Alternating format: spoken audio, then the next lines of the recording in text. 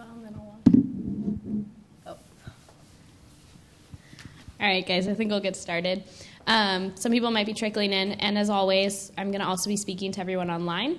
So I'll be using the mic if I walk around, or if you have any questions, just wait for me to get to you. Tonight is the final proposal writing workshop. Exciting. You're all kind of in the final push, so congratulations. For those of you who requested a mentor, I hope that that's going well for you. And just a reminder, you can always come talk to us if you're having any kind of problems. It's better for us to know earlier rather than at the very end. We can always try to get something last minute. And also, it's good for us to know in the future in case we wanted to work with them again in the future or anything like that. Just honesty is our favorite policy. So I'm going to briefly go through a few of the things you've already seen, but just as a reminder for new team members or a few things have changed and just really important dates, things like that. So I apologize if this is repetitive, but again, it's just really important information that you have. So I'm going to speed through that, and then Adrian will go through kind of a workshopping of a pre-proposal to a full proposal and what that looks like of kind of building that out. And then we can answer questions as we go or at the end. So whatever you want. We want to keep this as a conversation. I know it seems formal with me and a mic, but please stop me at any time. All right. So, timeline. All of you know you're in the full proposal round. This is exciting. We had another record-breaking year, so we just continue to grow, and the caliber of projects just continues to get greater and greater each year, so it's really exciting, and you're now part of this great cohort that you hopefully will begin networking with and maybe even collaborating with. So currently, as you know, you're in the mentorship or full proposal stage. And your full proposals are, again, due on March 10th at noon Pacific time, and that's really important, especially for those of you not on California Pacific Standard Time. Just remember that we've moved that time back from last year because oftentimes there's technical difficulties, and we had before had it due at 5 p.m., and sometimes we wouldn't be in the office late at night when there were issues. So we really try to work with you, but again, just try to turn it in early rather than later so we don't have those phone calls at 2 p.m. freaking out. And then all along the way, we do have advising hours going on, and they've been a little slow so far, so we love to see your faces. You can come in as many times as you want, and if the hours we have posted online don't work for you, feel free to email us, and you can set up an appointment either in person, or in Skype, or a phone call. We're really flexible with that. There are 4 of us, and then 5 occasionally on 1 or 2 days of the week, so we're here to help. All right. Oh, and one last reminder of dates. The editing blitz. Did any of you go to the editing blitz last round? Only one? All right. I would encourage all of you to go to that. It's just a one last push before your proposal is due. Obviously, we would hope for you to have it almost done at that point, but this is a last-minute chance for our advisors. We bring in people from the Blum Center and different departments on campus, and we'll send out more information about sign-ups for that closer to that, which is Monday the 9th, and that will be from 5 to 8 p.m. in the same place. And if you're not a Berkeley student, you can sign up for Skype ones as well.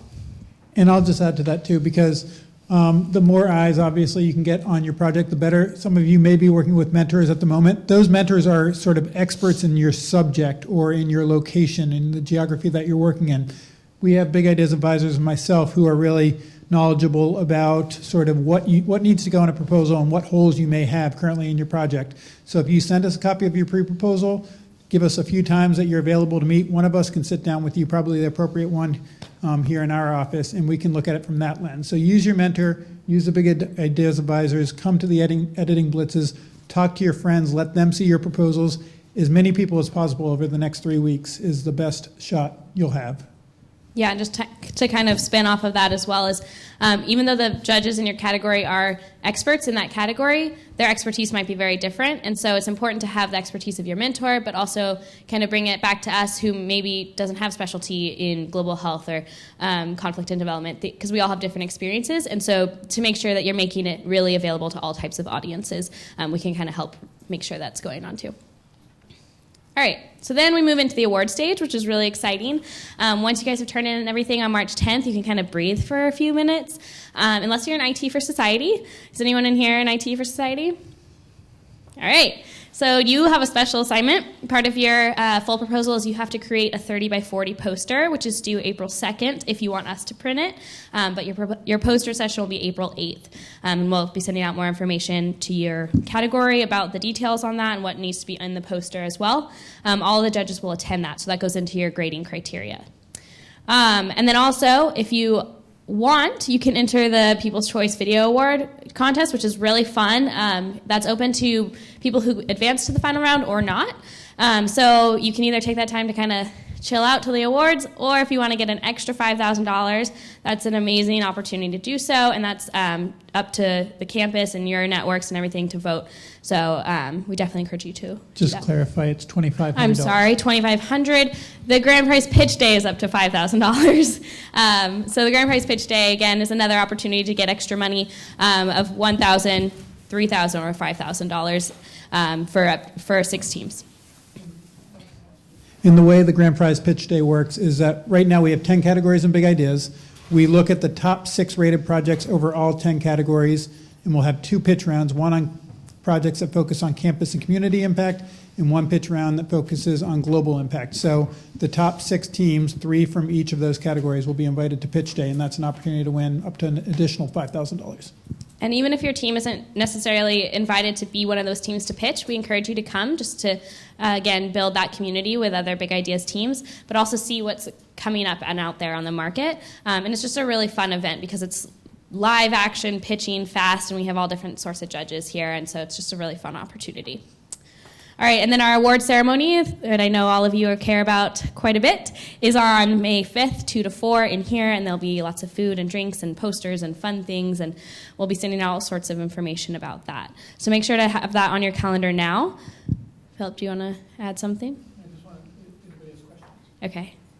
Anyone have questions so far? This is the time, logistics. Okay. When will they find out about awards? Awards will be notified in the end of April, and then the award ceremony will begin in the beginning of May. So the timeline is always a little dependent just because we work with so many judges and we give them a hard deadline, but we can't always get everything back when we would prefer. Okay, so just as a reminder, what you're being judged on in this round.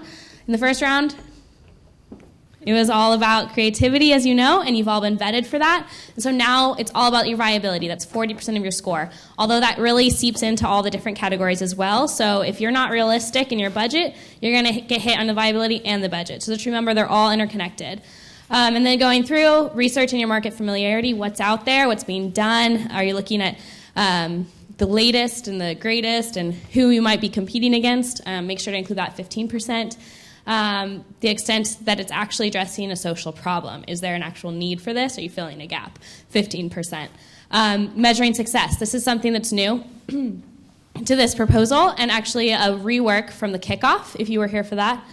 We used to call this impact evaluation, but we've had some feedback recently and some internal discussions just because impact evaluation is a very technical field and can often be very expensive. And so we wanted to rework the wording just to kind of make it less scary. It's more about measuring your success in terms of benchmarks. How many people are you reaching out to? What are your goals for the first year, and how will you know if you were successful or not? So you don't have to build in a whole entire impact evaluation. Just remember that. And Adrian can go into that more, too, when we're comparing the pre-proposal and full proposal later if you want. Does anyone have questions on that? Okay. And then again, your budget is 10%.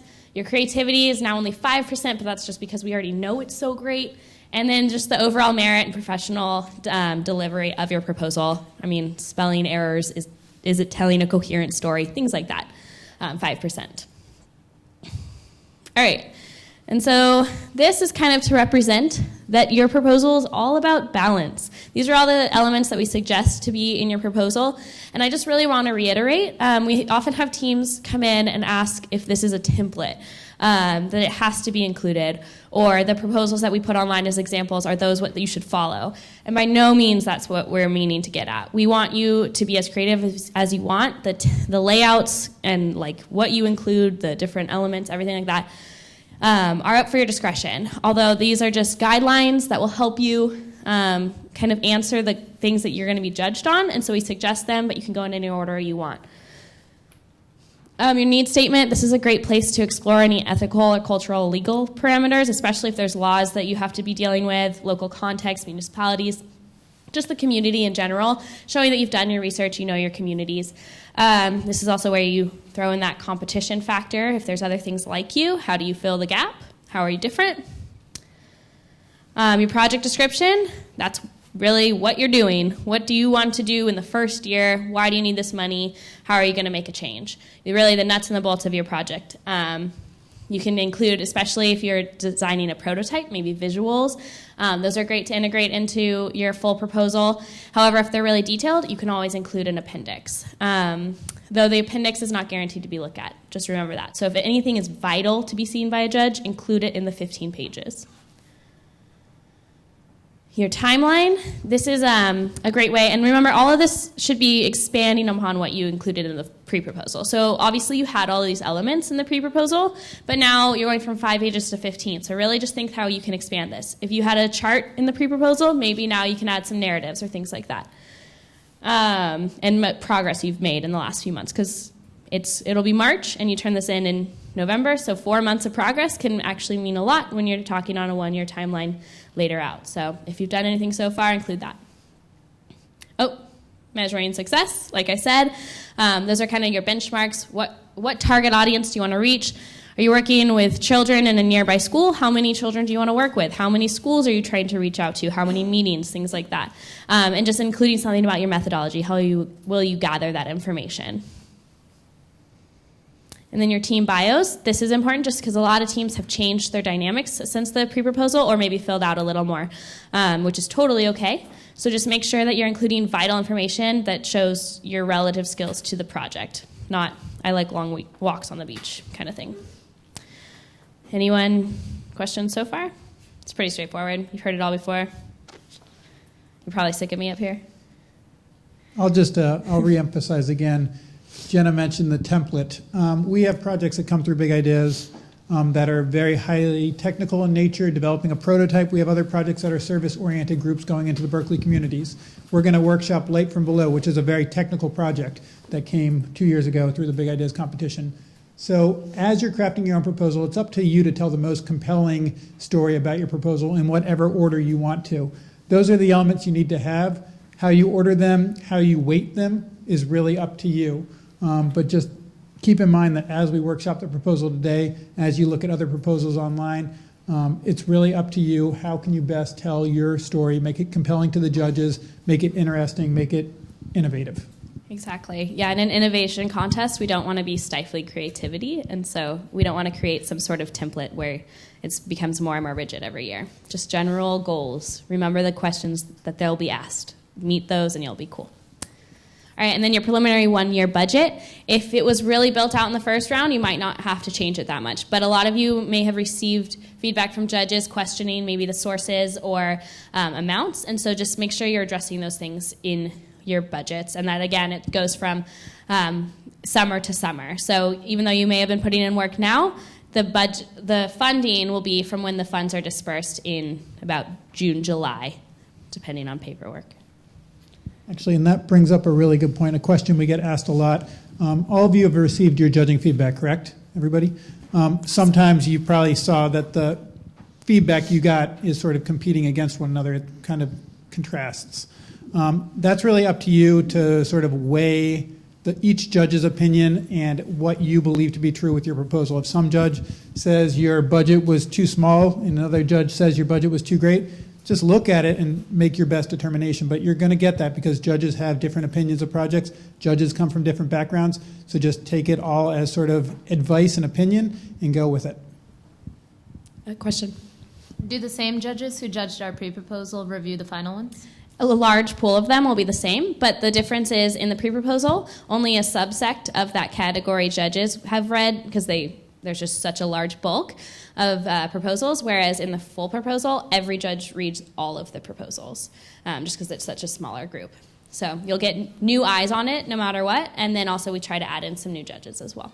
But I would say vast majority are repeats. Okay, so how do you actually submit this? All of you should have, or at least your team leads, should have received an email from me last week with a link to the application. Did everyone get that so far? Okay, great. Has anyone had a chance to play with it and see if it's working? Seems good? Okay. Well, my dummy application that I have that is not real, I went in and just double checked, and if you have any problems, please let us know. But it should have all of your information you entered from the first round just to save time. The only things you cannot change are your category and your project title, and those are really just for organizational purposes and for fairness. You can't change categories. That's not what you're judged in. But again, if your team has changed, feel free to change all that. If you need to change or update your project description because a lot of you have decided to go a different path while working with your mentor, that's fine. Just make sure to fill everything out and that you hit save draft every time so you don't lose your work. And then make sure when you're done that you press submit, and you should get an email from us saying thank you for submitting. If you don't get that email, it didn't work. So let us know immediately. So that's really key because we've had that in the past where people think they've submitted and it didn't go through. All right. So, like always, you can contact us with literally anything. We all have access to our email, and that's our office phone number. So just give us a call, email, anything. We can really work out anything. We're here. So I'm going to hand it over to Adrian to do what you all came here for, so you don't have to listen to my boring logistics anymore. So hopefully you'll get a better picture of kind of how to fill out to a full proposal for this stage. Philip, do you have anything to add before we head out? Oh, all right, knew it. I have a question online about how many total judges will we have? And I can answer that actually. Okay. So in each category in the final round, we'll have approximately 8 judges. I'd say hopefully anywhere between 8 to 10 judges in each category. So that's how many eyes are going to look over probably each proposal in the final round will be 8 to 10 judges. Some may have more. I know, for instance, Mobiles for Reading may have more judges looking at the proposal, but we're shooting for a minimum of 8. And if we can get, more judges per category, that's just more eyes on your proposal and more feedback. How many applicants are there in each category? So the applicants range anywhere from 3 in a category to, I think, 11 in a category.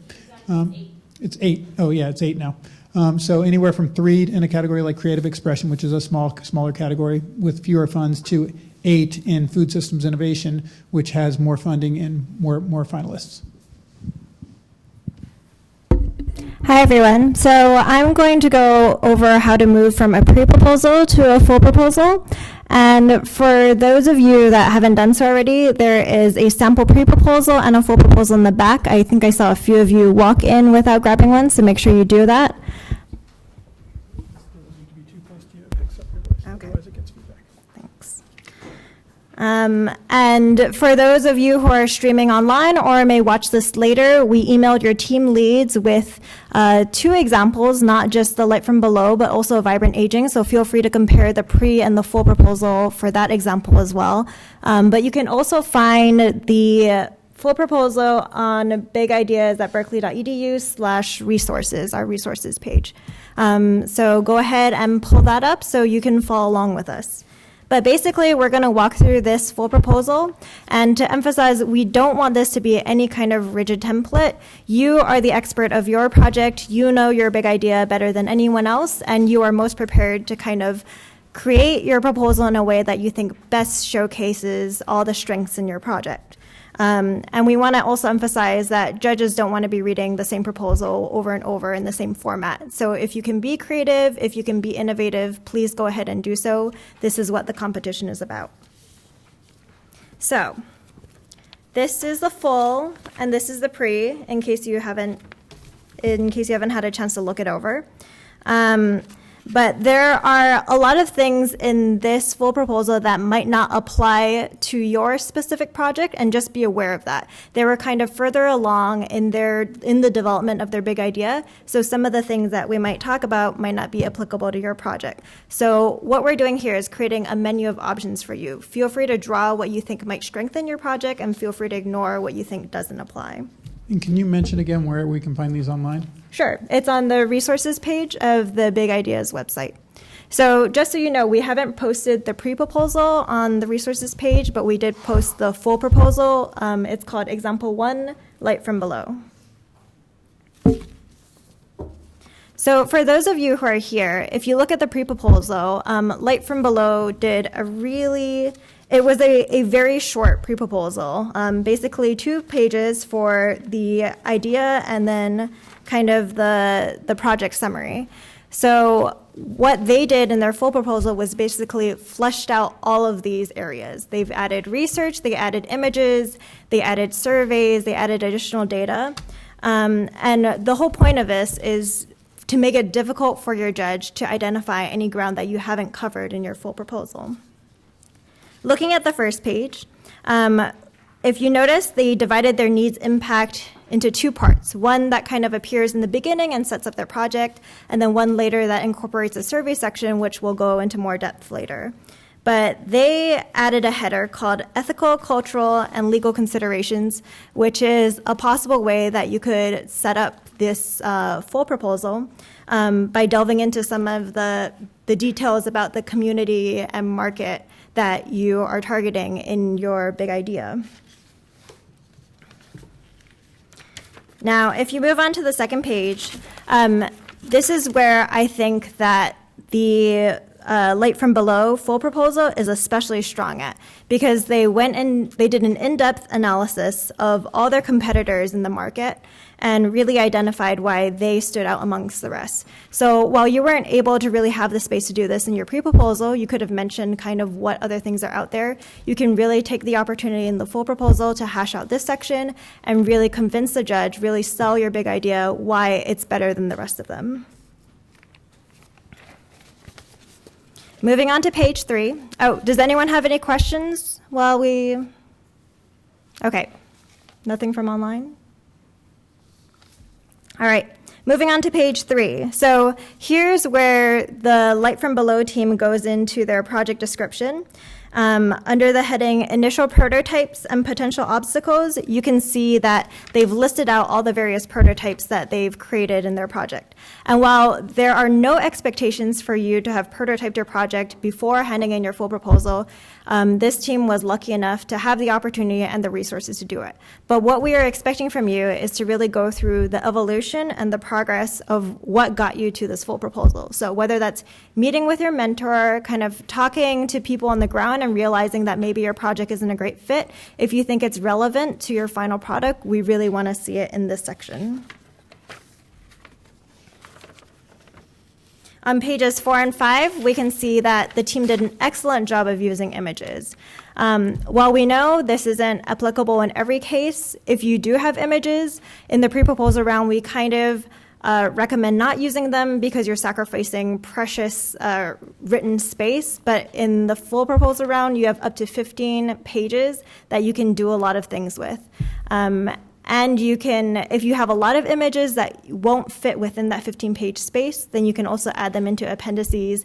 But as Jenna noted earlier, the judges aren't required to look at that part, so there may be a chance that they would ignore that in your project. We should also note that the team outlined the potential obstacles that could possibly occur within their project. And I personally think that this is another really strong part of their proposal. Not only did they talk about their strengths and why their project is a really good big idea, but they also identified alternatives that they could take in case something goes wrong in their proposal. So you can really see that they've thought very widely about the repercussions of their project and have even identified alternative routes to take in case things don't work out the way that they have planned. Page 6. So here is where they've identified all the partnerships that they've established from the pre-proposal to the full proposal round. So in advising hours, I know we've met with a lot of teams that have come up to us and they've asked whether or not they should be listing the NGOs that they've been talking to, the experts, the individuals, and whether or not they have direct connections with the communities that they're working with their big ideas. Absolutely. We want to see all of this information in the full proposal. Seeing as viability accounts for 40% of your overall criteria, this is where it really comes into play. It's knowing that you have buy-in from all these different stakeholders along your project and that you've already established connections with them. And even if you haven't begun to establish these connections, we just want to make sure that you've thought through all the stakeholders within your process and you have a plan of action to go ahead and start connecting with them. Any questions? Okay, moving on. You can see this on their page 7, by the way, where they talk about different people that they've connected with, people that they could assist them with marketing their product, and also a direct partnership that they have already established. So moving on to page 8, where they start talking about the growth of their project. This section is basically a very hashed out version of their timeline without the dates. So you can go about this in different ways. A lot of teams go ahead and copy their original timeline into their final full proposal, or they take this approach and they kind of break down all the different sections of their timeline into a variety of phases. And then if you go ahead and look on page 14, they kind of have a supplemental graphic timeline to support this kind of hashed out phase that they've done. So this has worked for this team because it really allows them to kind of still tell the story of their of their big idea and really map out their plan over the next year. If that works for you, it's fantastic. It worked in their case, but it's really up to you to decide whether or not you want to leave your timeline in its more kind of structured form or kind of lay it out in the way that this team did it. Okay, I have a question that just appeared from our webcast viewers, and this is backtracking a bit. But they're asking, is it better to go into detail about how we might address potential constraints to show that they've thought through these issues for viability? Or is it better, or can they just simply acknowledge those constraints without direct solutions? My response to that would be, this is the final proposal stage, so you should identify what those constraints are and have sort of a premise as to how you would go about solving them. You don't necessarily have to have the solution in hand. You don't have to have a proven solution in hand, but you should know what those constraints are and how you will go about getting around them or have some potential plan for getting around them. Any questions on that? Okay, great. Great. Okay, so on page 9, we reach part 2 of the team's needs statements. So they decided to divide up their needs statement into kind of the beginning portion and the later portion, and that was largely because they were able to conduct surveys. Just as a note, the team received feedback from judges that they didn't know enough about their community, so they went ahead and conducted this survey. However, we are fully aware that many of you may not have the resources or the time or the connections needed to do this in order to put this in a full proposal, but we do want to make sure that you know your community, that you've done the research, whether that's including information from an interview from someone there or an industry expert that maybe knows this market a little bit better. We want to see all of that information. And in this case, having all the survey data, as you can see, was pretty effective because it very clearly laid out the needs. So the closer you can get to that, the better it is. Any questions on that? Okay, I'm moving on to page 12, the measuring success section. So as Jenna noted, we changed the name from impact evaluation to measuring success. And because impact evaluations are costly, they're timely, and they require a lot of research that we know you might not be equipped for, we basically want you to identify what indicators you're going to use to measure success and how they relate to your overall project objectives. So make sure you make that connection. We want to know about your methodology, if you're going to be conducting surveys, if you're going to be doing focus group, how this fits into your overall budget, and if you're going to be doing kind of a baseline assessment and then a post-intervention assessment. Of course, all of these things are hypothetical, but seeing as measuring success and measuring impact is such a big deal these days, not only in international development, but in business in general, we want you to be able to think of these things and to be prepared for them in case they come up. Okay, we can skip over the, question? You have proposed pilot projects, and so this is actually less for us and more for you so that you can improve your sort of decision making and decide what works and what doesn't when you actually go to scale up these ideas further in the future. So don't think about it as something that we're asking you to do necessarily, but something that's really going to help inform your sort of future iterations of your idea. And to build off that, it also helps with getting future investors or other people on board if you can prove that you've been successful. Exactly. And to expand on the special light from below case, they were very general in their impact evaluation section. But if you look at the vibrant aging case, they used metrics such as number of views and kind of more online indicators that could help them measure success. So be creative, think about it. We would prefer if you weren't as general and maybe were a little bit more specific, just to see that you've kind of thought out this process. Team bios, unless you've, a question? For those teams who are doing the scaling up, as far as the impact evaluation, if we've already done our research or we've done a project and we're in that scaling up mode, for the impact evaluation section, do you want us to go ahead and say maybe like what our expectations were originally, what we've seen, what we anticipate seeing with the upscaled project? Yeah, you hit the nail on the head right there. Yeah. So, I mean, I can't say it any better than you just did. It's really looking at sort of what you've done, what you've accomplished, what you laid out in the first place. Obviously, once you get into the field and you start actually working on the project like you already have, your expectations and your objectives are going to change and shift. So you should be talking about those in your next phase. Okay, thank you. So the team bio section, unless you've added or subtracted members, then that's largely unlikely to change unless you've done something like what Jenna said earlier, where you've included walks along the beach. You probably don't want to do that.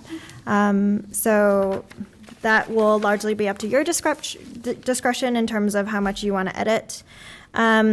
The budget from Light from Below was largely identical to the one in their pre-proposal. So it depends on how much research you've done in your pre-proposal stage. This team happened to do a really detailed overview of their budget, so they didn't have a lot to change, and their project didn't change too much from the pre-proposal round. But if your project has changed, make sure to incorporate those edits, make sure to take all the measures you need to do to ensure that your project is cost effective, that it's fine tuned, that you've really looked into the details of all the different components of your final proposal.